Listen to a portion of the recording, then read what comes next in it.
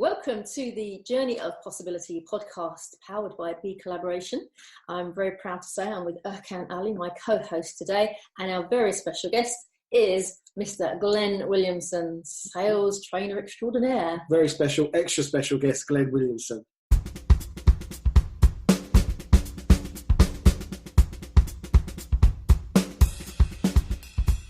Hey, thank you guys. Lovely to be here. Really lovely. Why has it taken so long? Do you know, I'm the one who asked that question. Why has it taken... Glen, tell us, why has it taken you so long to turn up on the...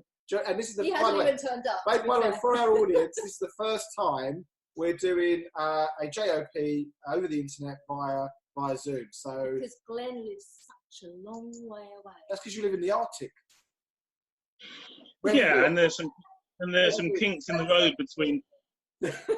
Where have you been? Tell us. Let him speak. Yeah, so there are some kinks in the road, aren't there? The journey is an interesting one, and sometimes it takes you out, and then sometimes it brings you back in. I think the thing is with BeCollaboration, because of the stand of BeCollaboration, it will always bring me back in. But over the last year, I got busy, really busy with work, like over demand and overworking, probably doing a lot more than was probably healthy for me. And that took, it was good work. It was interesting work.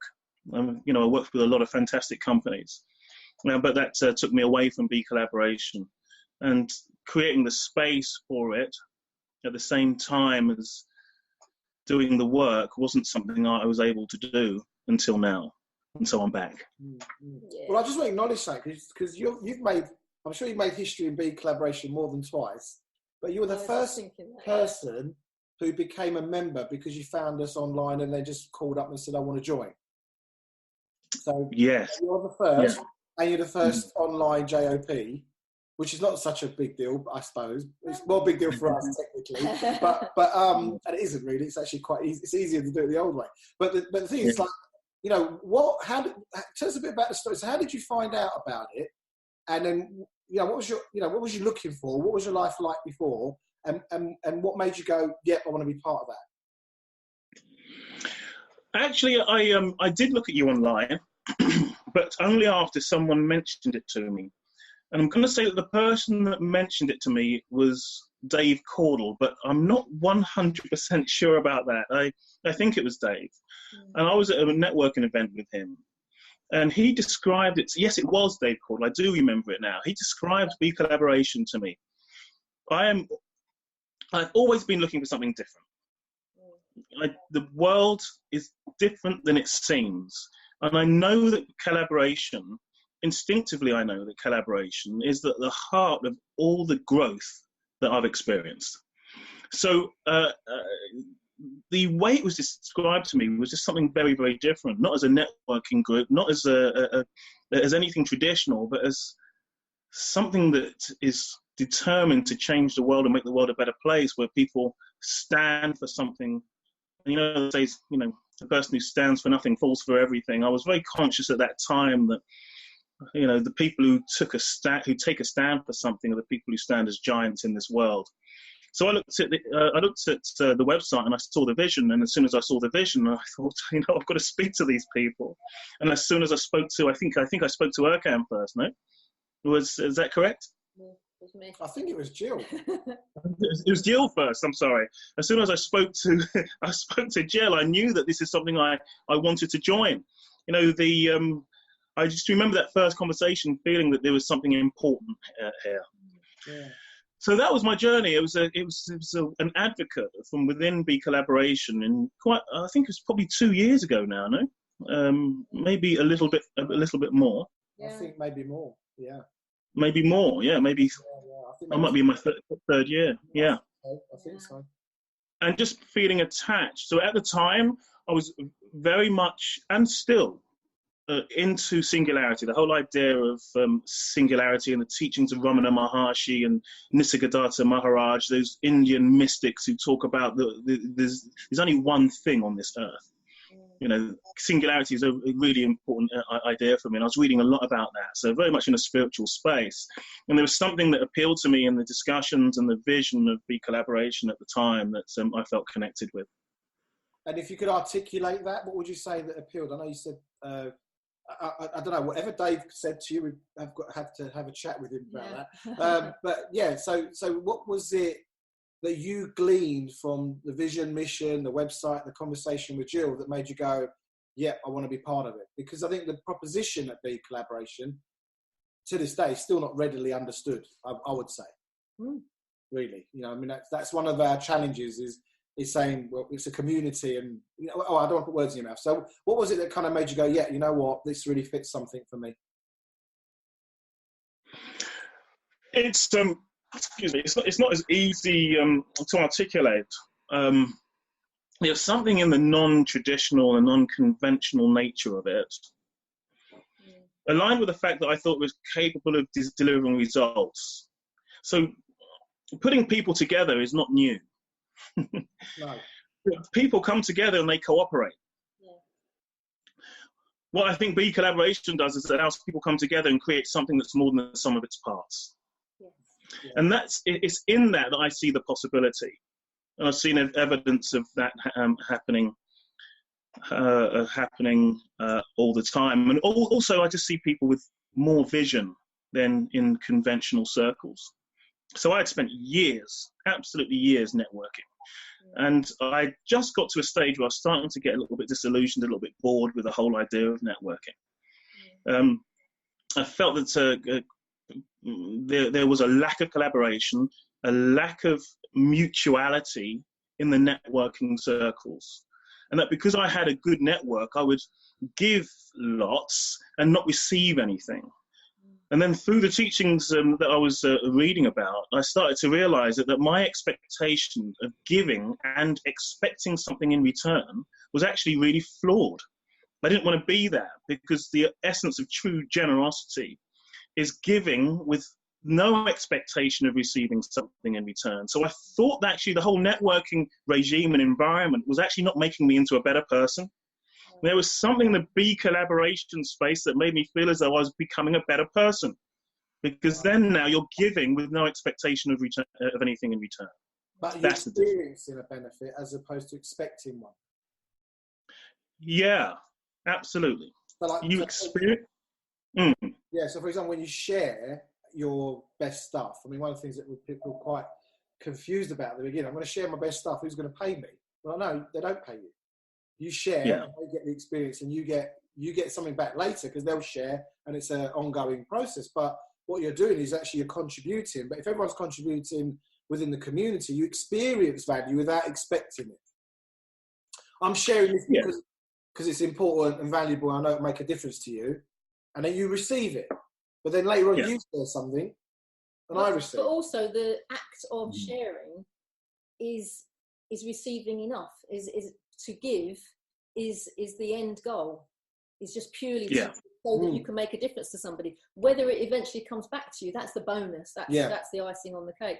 What I find interesting, Glenn, is that you heard that concept and you went, right, I mean, before you even got to a meeting. And there are some people that join because they like this thing that's a bit different, but it can be months before they understand why it's a little bit out there, why it's a little bit weird. And I was talking to somebody just 2 days ago, one of our collaborators, and he went, I still don't get it. And it is hard for people to kind of, the place that they've been in of competition and what's in it for me, and, what do I need to get out of this, prevents them from seeing the value of truly giving and truly sharing and truly collaborating with another human being. So I think maybe in your journey, you've kind of ideologically seen the benefit, gone to a meeting, and I don't know if you want to disagree with me, but I think maybe you kind of looked there and went, this isn't what I thought it was going to be, because you disappeared off for a little while, didn't you? And we weren't sure, is Glen in, is Glen out? But actually, over the things that you've learned through stuff that Erkan's recommended, you kind of seen the bigger picture, maybe.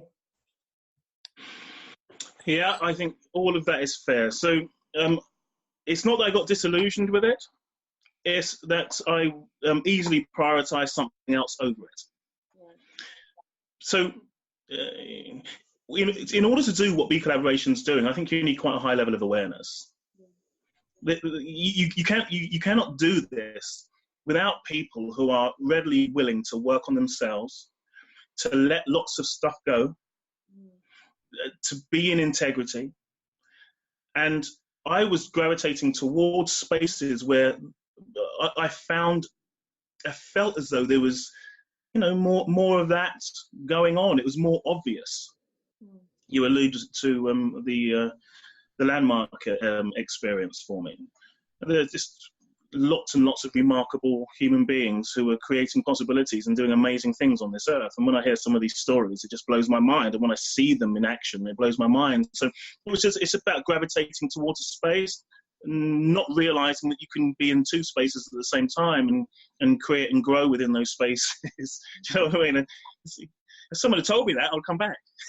I'll be honest with you, I disagree with what Jill said. That's not how I recall it. So just to put my spin on it, I think you were very active within it for quite a while, about 18 months, I'd say, my experience.